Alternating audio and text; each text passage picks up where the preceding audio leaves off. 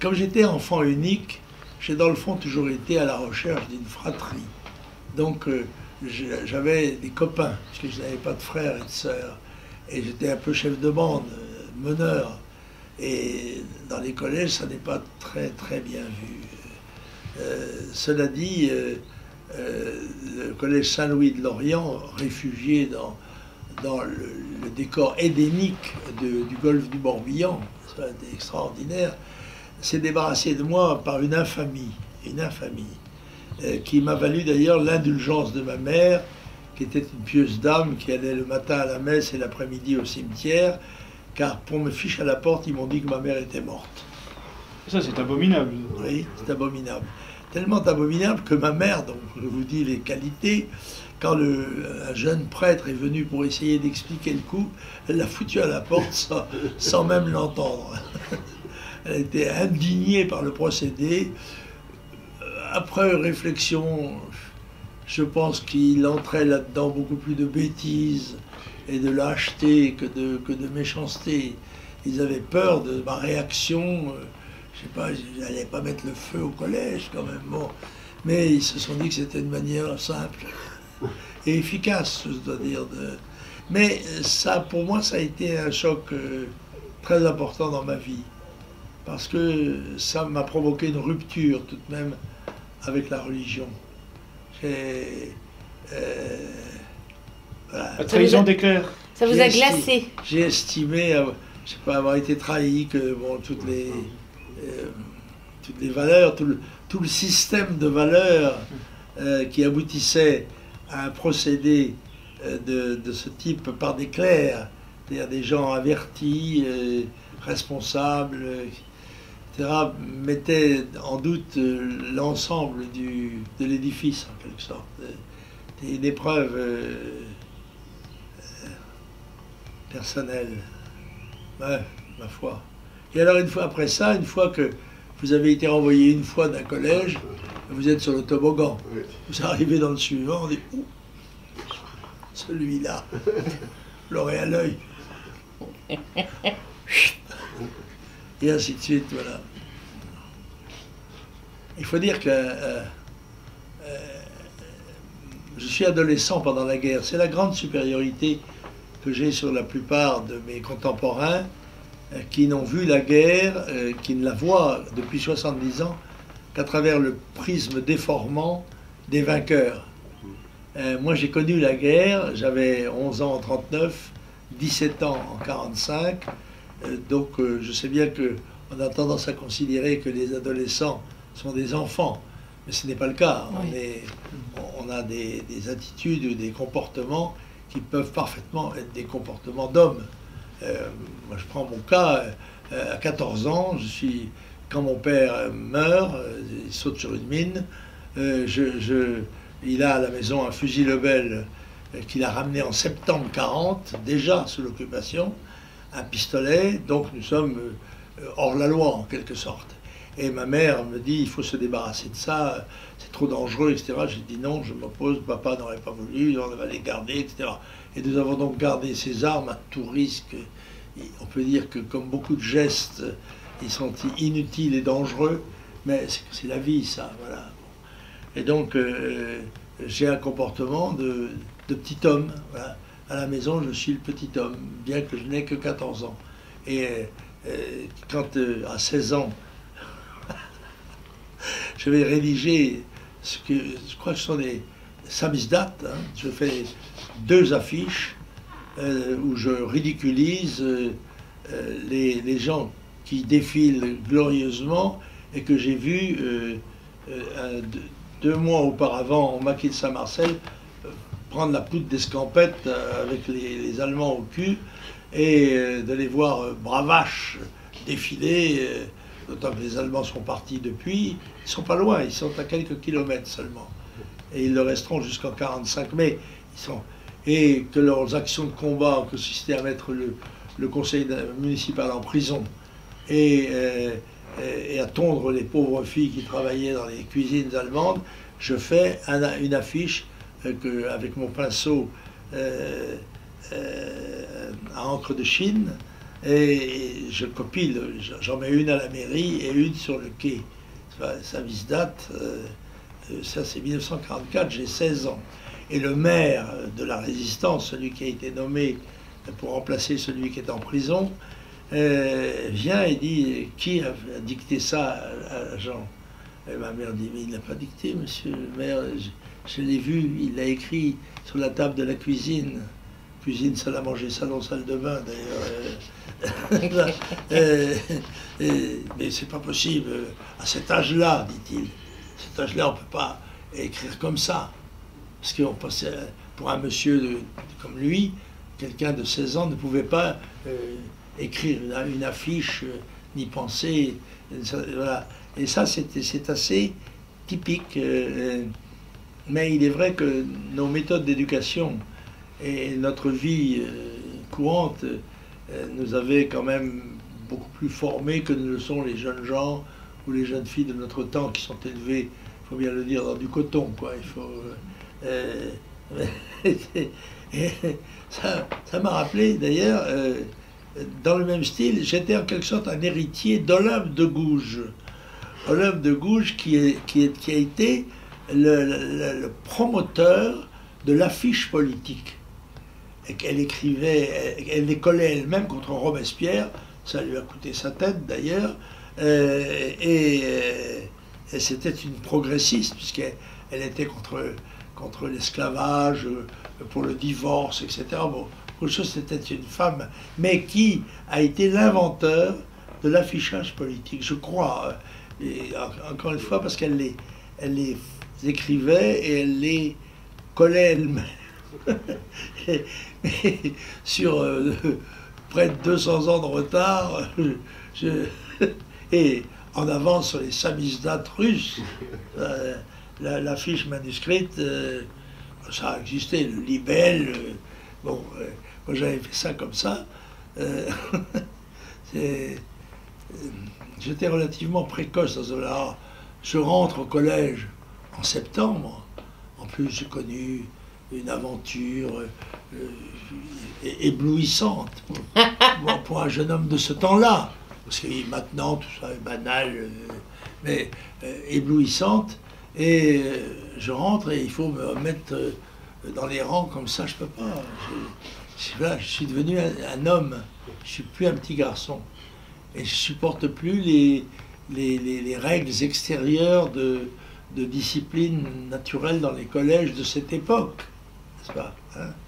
Je me rappelle tout de même, chez les jésuites, lever 5h30 l'été, 6h30 l'hiver, hein? Col dur obligatoire, cravate noire ou bleu marine. Col dur avec les boutons, mon Dieu. Bref. Et nous avions un uniforme à la française. Vous savez, une veste à boutons, boutonnée, à pans boutonnés, revers. Les revers étaient boutonnés, vous savez, de haut en bas. Assez élégant d'ailleurs, je dois dire. Et bon, ça n'a duré jusqu'en 41, ça, parce que là, la crise du textile a été telle que bon, ben, les gens ont mis ce qu'ils avaient. Il n'y avait plus de tissu pour faire des uniformes. Voilà. Le temps, pourtant, qui était plutôt porté à l'uniforme à ce moment-là.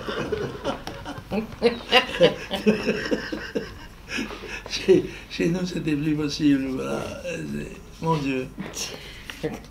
Enfin, je me réjouis je vous raconte ça un petit peu pour qu'on se connaisse un petit peu mieux, si on est appelé surtout à travailler ensemble. C'est un vrai plaisir de vous entendre. Vous êtes une encyclopédie vivante. Oh, encyclopédie, j'ai la chance relative, encore que j'ai quelquefois la difficulté sur certains noms.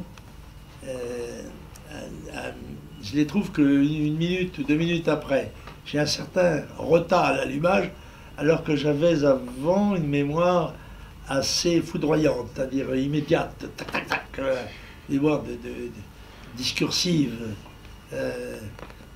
Mais vous savez, dans ce domaine, tout dépend du lanceur de balles aussi. Tout dépend de l'adversaire. S'il est de grande qualité, vous êtes obligé, vous êtes amené tout naturellement à déployer un jeu plus brillant. Voilà. Dans le cadre de ce qui était une règle de mon temps et qui est aujourd'hui amoindrie considérablement, c'est l'émulation. C'est-à-dire la volonté d'être meilleur, d'être le premier. Ceci est haï par la démocratie socialisante et égalitariste, en notant quelque chose que je crois être le seul à avoir noté, je ne l'ai vu jamais noté nulle part, qu'il existait sous l'Ancien Régime une catégorie d'enfants qui bénéficiaient de précepteurs privés, qui étaient les enfants de la noblesse. Aujourd'hui, il existe une catégorie sociale qui bénéficie de ce privilège. Dans une médiocratie générale, ce sont les enfants d'enseignants. Parce qu'ils vont à la même médiocre école dans la semaine, mais les jours de vacances et de congés, ils ont des répétiteurs, c'est papa et maman, qui sont des enseignants, et qui donc, eux, ont la conception du savoir, la volonté de le transmettre, même s'ils ne le font ou ne le peuvent dans l'exercice habituel de leur profession. Parce qu'il est bien évident que, et là l'immigration est en cause, parce que le melting pot scolaire, à la fois non seulement des races mais des âges, fait que la qualité fondamentale de transmission du savoir, c'est la concentration, et qu'il n'y a pas de concentration sans silence, pas de silence sans discipline. Par conséquent, le désordre généralisé est en lui-même stérilisant de la transmission du savoir. Voilà. Si tant est que cette conception est encore une des directives intellectuelles des gens qui nous gouvernent. C'est pas sûr. C'est pas sûr qu'il n'y ait pas derrière tout ça une volonté de massification bestiale, de consommateurs simplement ouverts aux images de la propagande. C'est Big Brother. Mais écoutez, quand vous voyez que la notion de liberté de pensée est contestée, même dans un mouvement comme le Front National, où l'autorité morale suprême, qui est quand même le président fondateur, président d'honneur, etc., n'a pas la liberté de porter un jugement sur tel ou tel sujet. C'est extraordinaire. Et ça va jusqu'à l'exclusion. Je ne sais pas si les philosophes ou les exégètes se penseront sur ce cas, mais c'est quelque chose d'extraordinaire. D'extraordinaire. C'est ce refus de la discussion, de la pensée. Moi, je ne crois pas que la démocratie soit uniquement verbiage. Je ne crois pas que le fait de pouvoir parler résout tous les problèmes. Mais il est certain quand même que quand on est 10 à discuter d'un problème avec des gens compétents, on arrive à dégager une solution qui est généralement, pas toujours, la meilleure. Sauf quelques thaumaturges qui, eux, sont capables de dire la vérité, en quelque sorte, qu'ils ont reçu du ciel. Un peu ce que m'avait confié un jour Jean Raspail. Il m'avait dit, c'est curieux, tu sais, mon bouquin, quand je l'ai écrit, ça ne correspondait pas du tout à ce que je pensais. Et j'ai eu toujours l'impression que ma plume était guidée. C'est drôle. Oui. Ah oui. Une confidence qu'il m'a faite il y a 30 ans, 40 ans. C'est une révélation qui est intéressante. Oui. Oui, parce qu'il m'a dit que ce n'était pas mon truc.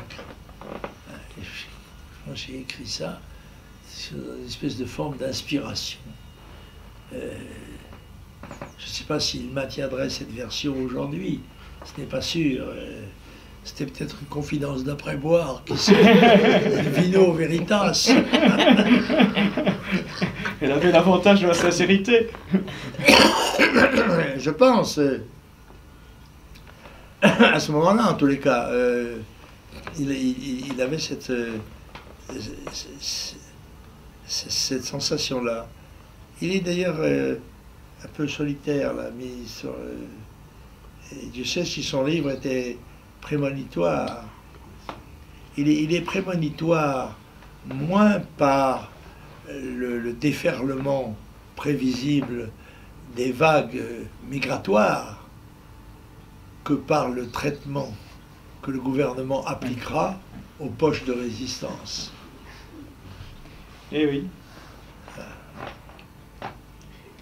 Car le premier geste d'un gouvernement d'une population menacée, c'est de la désarmer.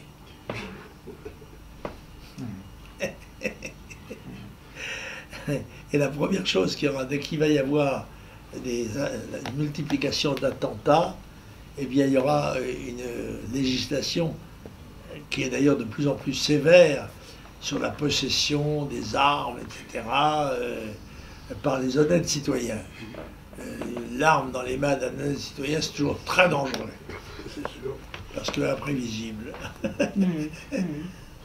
Seulement, quand on ne tue plus avec l'arme à feu, ben on tue avec l'arme blanche. Oui. Et puis il y a des gens qui sont tout à fait capables de vous tuer à la main. Oui. Il faudrait les recouper les mains aussi. Ou les pieds. Je ne voudrais pas vous retenir, messieurs, madame, messieurs, parce que je bavarde confortablement assis dans mon fauteuil, en sachant que quand on donne la parole à un homme politique, il ne la rend jamais.